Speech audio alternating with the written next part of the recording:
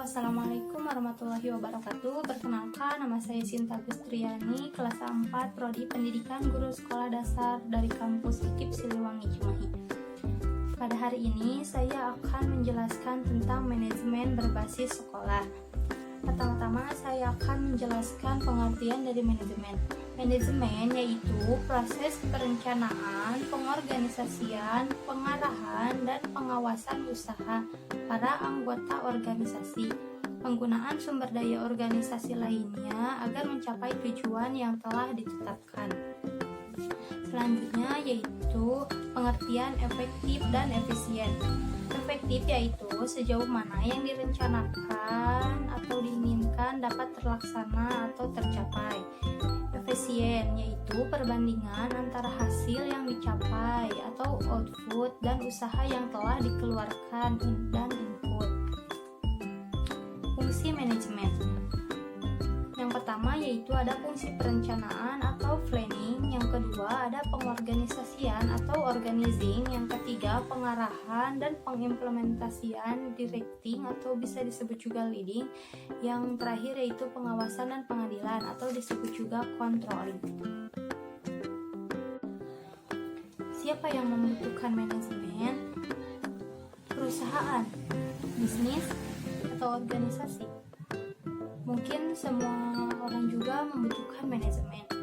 Mengapa manajemen dibutuhkan? Yang pertama, yaitu untuk mencapai tujuan organisasi.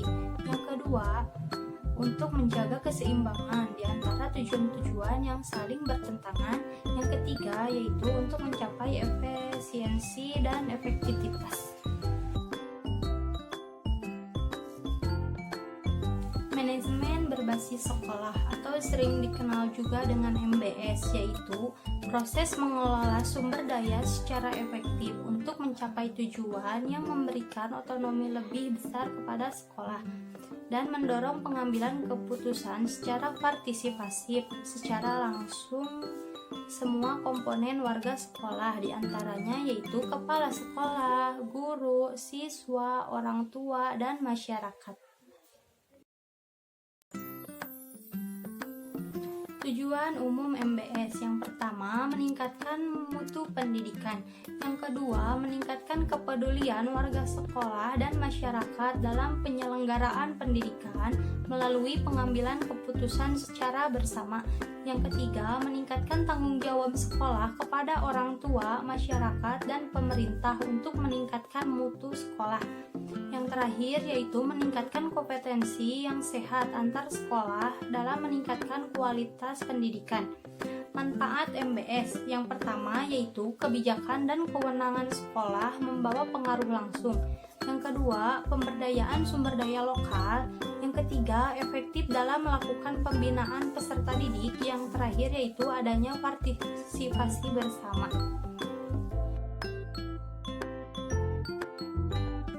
Keuntungan melaksanaan MBS yaitu yang pertama, kewenangan sekolah membawa pengaruh langsung terhadap peserta didik. Yang kedua, bertujuan untuk memanfaatkan sumber daya lokal. Yang ketiga, efektif dalam melakukan pembinaan peserta didik. Faktor-faktor yang harus diperhatikan yaitu kewajiban sekolah, kebijakan dan prioritas pemerintah, peranan orang tua dan masyarakat, peranan profesionalisme dan manajerial, dan yang terakhir yaitu pengembangan profesi. 8. Standar pengelolaan sekolah. Adapun standar nasional pendidikan yang dimaksud terbagi dalam 8 hal, yaitu yang pertama standar isi berkaitan dengan pelaksanaan dan pengembangan kurikulum. Yang kedua standar proses berkaitan dengan proses pelaksanaan pembelajaran. Yang ketiga standar penilaian atau pendidikan berkaitan dengan penilaian, analisis, dan evaluasi hasil belajar peserta didik. Yang keempat yaitu standar kompetensi lulusan yang berkaitan dengan pencapaian standar hasil belajar peserta didik. Yang kelima yaitu ada standar pendidik dan tenaga kependidikan berkaitan dengan kualifikasi dan kompetensi tenaga pengajar. Yang keenam yaitu ada standar pengelolaan berkaitan dengan pengelolaan seluruh elementasi di institusi sekolah. Yang ketujuh ada standar pembiayaan pendidikan yang berkaitan dengan anggaran sekolah, dan yang terakhir yaitu standar sarana dan prasarana berkaitan dengan infrastruktur institusi pendidikan.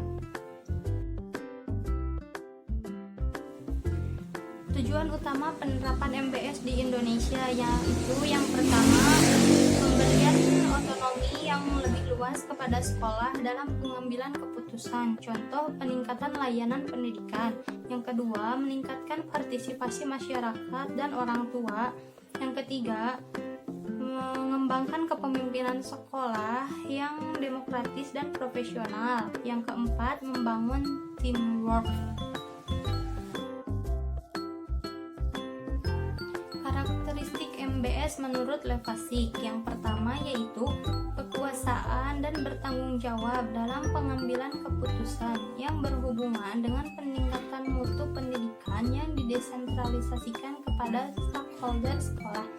Yang kedua, domain manajemen pendidikan mutu yang mencakup keseluruhan aspek peningkatan mutu pendidikan, mencakup kurikulum, pengawalan, keuangan, sarana prasarana, dan penerimaan siswa baru. Mungkin hanya itu yang dapat saya sampaikan. Mohon maaf atas segala kekurangannya.